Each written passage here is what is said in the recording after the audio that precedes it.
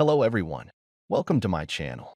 My name is Ari, and today we're going to have some more stories about our toxic life. But before we start, it would be so much appreciated if you would subscribe to my channel, like the video, if you enjoy it, and maybe leave a comment down below. These simple clicks would mean a lot to the future of this channel and really reward the effort that I put in every day. And now without further ado, let's go. Today's first story. In this story, Obi surprises his wife with a kitchen renovation for her birthday, but discovers her cheating through security cameras during a work trip. Confronting her with evidence, he fires the crew involved, ends the marriage, and begins the process of divorce. Despite his ex-wife's apologies, he remains single and unsure about committing again, reflecting on the painful experience. Now let's get into the story. My wife, 36, and I, 37, were married for 10 years, and it was already time for a kitchen renovation. We each earned a decent amount of money, so for her birthday, I thought she'd really appreciate it if I arranged a contractor to come by and start working on it. After that, I did the planning and picked out what I thought my wife would love most. She was so surprised and happy while they were busy renovating. For the next few weeks, my wife was home alone while I was away on a work trip. She didn't know that I left the cameras on in the house because I wanted to supervise the people I was paying. I didn't think anything about the cameras, so I didn't tell her about them. One day, 20 minutes after she should have gotten to the house, I asked her how she liked it. I got no response after 10 minutes, which just wasn't like her. I thought of the security cameras, but I didn't think I needed to check on her or anything. I just wanted to make sure she got there safely. I was then surprised to see her making out with the guy remodeling our kitchen. I watched in disbelief from my phone's live camera feed. She took him by the hand and went into the living room. I could just barely see something happening. I freaked out, obviously. I started calling her repeatedly as I drove home. It was a 2-hour drive back, and those were by far the most painful 2 hours I've endured in my life. I didn't tell her what I saw, only that we had to talk immediately. I hated her for what she just did so boldly, as if she didn't have a husband of 10 years that loved her and was helping to pay the man she slept with in the house we lived in together. When I barged into the house, I could see the fear on her face. I told her that I saw what she did on the security cameras. She came out apologizing to me with all her heart. It was crazy to look at her face knowing what she did today. For some reason she chose that guy to betray me with. During her rambling, she said he looked at her a certain way when she came downstairs in her robe, and when she stopped by to check on them, he came onto her. I knew it didn't matter, but in the moment I wanted to prove her wrong and see how this started. I pulled up the recording earlier in the day, and my wife hid her face as I did so.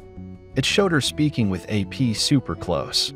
She bent over right in front of him and moved her shirt over clear signs she wanted him to make a move. It made me sick. I couldn't believe she didn't think I had the cameras on. I felt like I was watching someone else completely. I hated her. I immediately fired the crew that were working on the house. I told the boss why and even showed him the recording. He fired AP on the spot. I don't know how I didn't beat the crap out of him. It was great to see him fired, though. I moved back into the house without a kitchen and got started on divorce and telling our families. I had the video evidence, but I didn't have to show it to anyone in the family for them to believe me. After we separated, she called me every day to apologize for cheating, ask how I was doing, and if I needed anything. I'd usually tell her to stop calling me and that all I needed was a smarter woman. This happened about 3 years ago, and since then I've been single. I've had a few one-night stands, but nothing serious. I'm not sure when I'll be ready to commit again. Today's second story. In this story, a couple, married for 11 years, faces turmoil when the wife's increasing work hours raise suspicions. The husband discovers she's been seeing someone named Christy and confronts her. She admits to falling in love with Christy and ends their marriage. Christy abruptly leaves, causing the wife distress. The divorce is finalized, and the wife faces eviction. The husband moves on, adopting a raccoon and cautiously exploring new relationships. The wife acknowledges her mistakes but must confront the consequences of her actions, embarking on a journey of self-discovery. Now let's get into the story. When my wife 36 and I 30 met, she told me she had epilepsy and would occasionally have seizures. She managed them pretty well, but sometimes it still happened. I wasn't too worried and continued dating her. We were together for 5 years before she had a seizure in my presence. It was terrifying. All I wanted to do was stop it for her, but I couldn't. I did everything I learned to do for her, and when it finally stopped and she came to, I was relieved. We were married that same year. Fast forward 11 years. She had seizures a little more often, about twice a year. Every time she had one, she told me she realized how fragile life was as she knew it. It was all dependent on her brain's health, which she couldn't control. She still worked, and I worried about her. One day, out of the blue, she tells me she wants to work more hours. I tried to tell her we didn't need more income, and I appreciated the time she spent at home with me and our pets. She wasn't convinced. She said she needed to dedicate her time to something, and she was passionate about crafts and wanted to earn more money. She already got a discount at the store, so more money meant she could buy more craft supplies. I finally gave in. I got the idea that she wasn't going to let this go. So instead of coming home at 2, she started coming home anywhere between 5 and 8. It was odd to me that even when I asked her to keep her schedule consistent and give it to me in advance, she never did. She said they'd change her hours even after printing them out. This was frustrating, and I'd spend a lot of nights alone with dinner ready, wondering if she was going to be home soon. I finally got tired of it and asked her to fully quit. She obviously said no and added that she was enjoying herself. I told her I wasn't and at least wanted to know when she'd be home each night. When her behavior continued anyway, I accepted defeat for a while, just until I noticed that her paychecks didn't increase very much at all. We had a joint bank account, and her direct deposit was still happening, but it was as if she only took another 2 hours a week. This was the last straw. I installed a spying app on her phone while she slept. When she went to work the next day, I was going to know if she went anywhere else before coming home. Sure enough, she went to an address I had never seen before in some random neighborhood. When she got home an hour and a half later, I couldn't contain myself anymore, and I confronted her. She laughed a soft chuckle and told me she just took her friend home from work, and afterward they watched a few episodes of a show. She apologized for not letting me know and said she wouldn't go anywhere else after work. Again, I was surprised she was so calm and had a reasonable explanation for going somewhere else. I asked why her paychecks didn't go up, and she was still totally calm while she said it was because I was right about us not needing that much more money, so she upped the percentage of retirement money they took out of her pay. I was almost convinced I apologized to her for being suspicious, but she said she understood why we made love, and it was perfect. The next night, after she came home from work on time, she had a seizure. I gave her the medicine she needed, wiped the drool off her face, moved her hair behind her ear, and got her a pillow. She was pretty groggy and typed out a text on her phone. She dropped it on the floor next to her, and I happened to be able to see it. The message she just sent said, "I love you." Had to say it before it's too late. It instantly felt like I was floating without a body. I was in shock. The person she sent it to was programmed as Christy. My mouth started to dry, and I felt like I was going to choke on my own tongue. I actually gagged. My wife looked at me, starting to realize I was acting weird. I reached down to pick up her phone, and she grabbed it before me, asking me what I was doing. I told her I just saw her messages with Christy and needed to know what was going on behind my back. She looked like a deer in headlights. She couldn't believe she'd been so careless and threw her phone on the floor without turning off the screen. She tried to talk, but all that came out were squeaks and stuttering. I screamed at the top of my lungs for her to tell me she jumped out of her skin and started shaking. She said she was hanging out with a girl named Christy after work every night. She thought at first they were just really good friends, but she realized it was really difficult for her to even stand one night apart from her. She was falling in love with Christy and wanted to keep seeing her. I jumped off the couch and started pacing while I asked her more questions. Now that she met Christy, she felt like she was always meant to be with her, and I was just a placeholder in her life. I was completely shaken and didn't know what I needed to say anymore. It was like nothing mattered at all, but I was mad.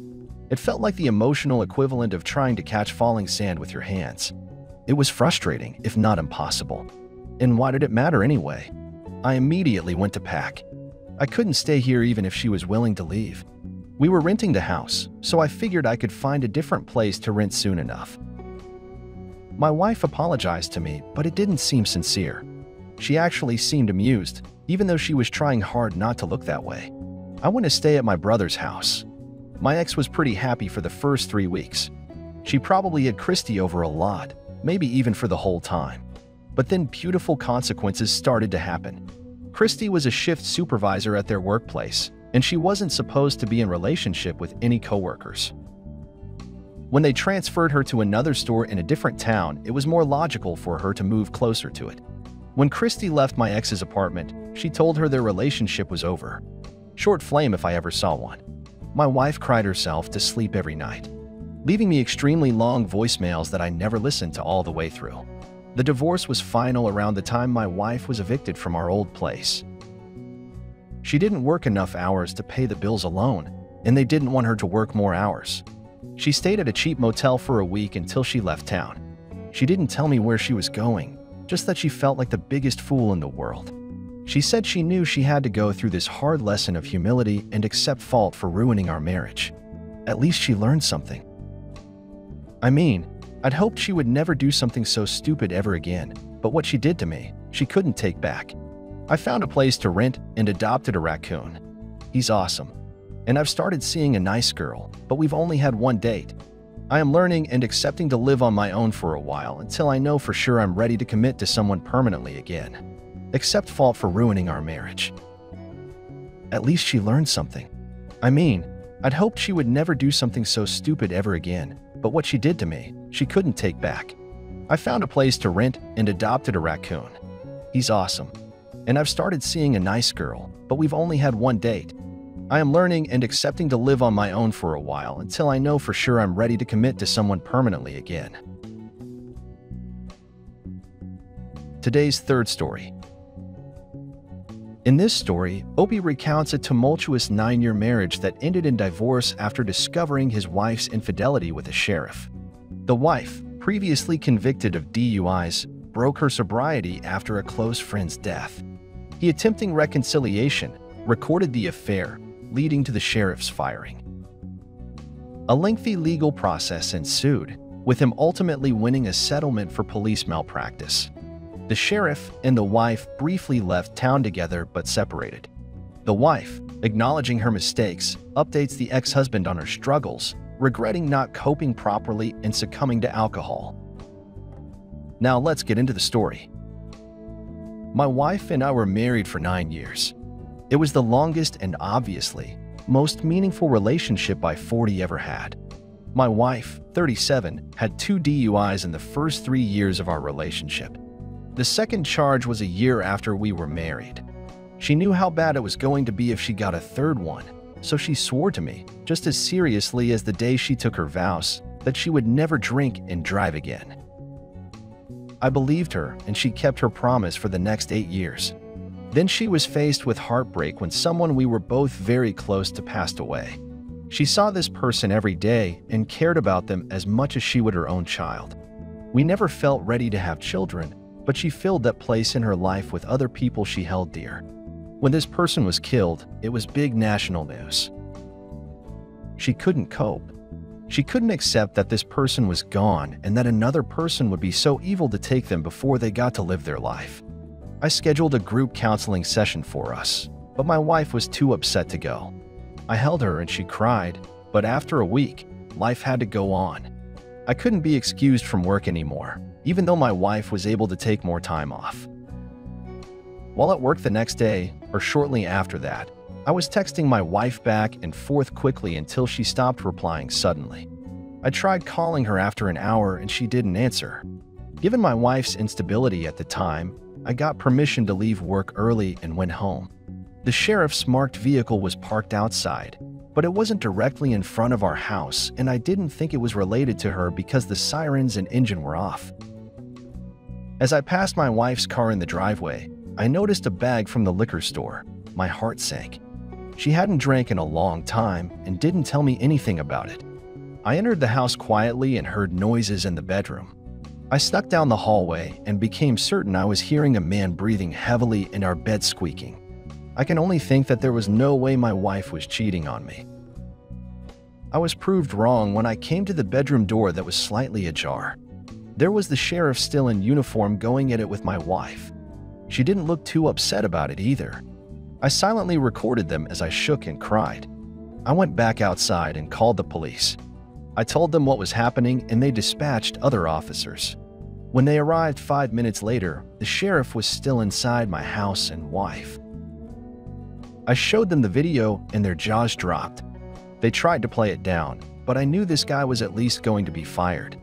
He was escorted out of my house in handcuffs. My wife came outside to find me and immediately started crying.